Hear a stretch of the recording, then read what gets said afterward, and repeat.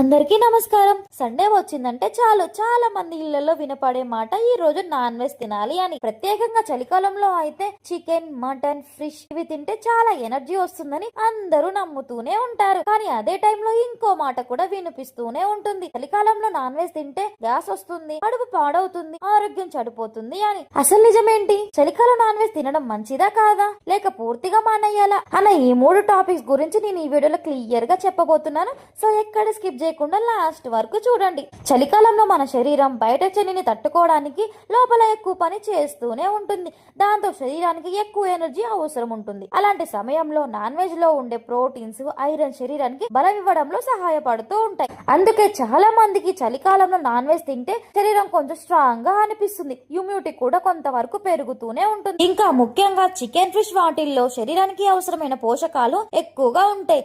Immunity బలహీనంగా ఉన్న వాళ్ళకి సరైన మోతాదులో తింటే ఇది చాలా ఉపయోగపడుతుంది కూడా. కానీ ఇక్కడే అసలైన సమస్య మొదలవుతుంది. చలికాలంలో మన జీర్ణక్రియ సాధారణంగా నెమ్మదిగా ఉంటుంది. దాంతో నూనె ఎక్కువగా, మసాలాలు ఎక్కువగా, బాగా వేయించిన నాన్ వెజ్ తింటే శరీరం దాన్ని సరిగ్గా జీర్ణం చేసుకోలేకపోతుంది. అప్పుడే గ్యాస్, కడుపు మంట, ఉబ్బరం, మలబద్ధకం లాంటి సమస్యలు వస్తూ ఉంటాయి. చాలా మందికి సండే నాన్ వెజ్ తిన్న తర్వాత సోమవారం నుంచే కడుపు సమస్యలు మొదలవుతూ ఉంటాయి. ఇది నాన్ వెజ్ తప్పు మాత్రం కాదు, మనం తినే విధానం తప్పు. ఇంకో విషయం ఏంటంటే చలికాలంలో నాన్ వెజ్ తింటే శరీరంలో వేడి పెరుగుతుంది. ఇది కొంతమందికి మంచిగా పనిచేస్తుంది. కానీ ఇప్పటికే బీపీ, షుగర్, గ్యాస్ట్రిక్ సమస్యలు ఉన్న వాళ్ళకి ఇది ఇబ్బంది కలిగించవచ్చు. మరీ ముఖ్యంగా రాత్రి బాగా నాన్ వెజ్ తినడం చలికాలంలో అస్సలు మంచిది కాదు. జీర్ణం కావడానికి టైం పడుతుంది, నిద్ర సరిగ్గా పట్టదు, మరుసటి రోజు అలసటిగా ఉంటుంది. అయితే దీనికి అర్థం చలికాలం నాన్ వెజ్ తినకూడదా అంటే కాదు. సరిగ్గా తింటే, సరైన సమయంలో తింటే చలికాలంలో నాన్ వెజ్ కూడా ఆరోగ్యానికి ఉపయోగపడుతుంది. మధ్యాహ్నం తినడం చాలా మంచిది.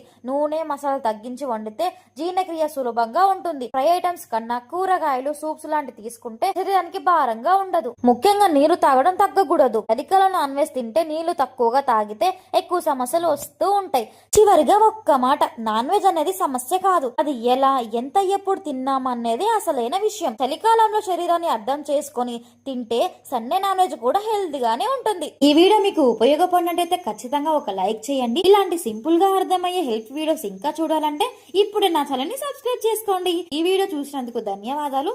మళ్ళీ ఇంకో మంచి వీడియోతో మళ్ళీ కలుద్దాం.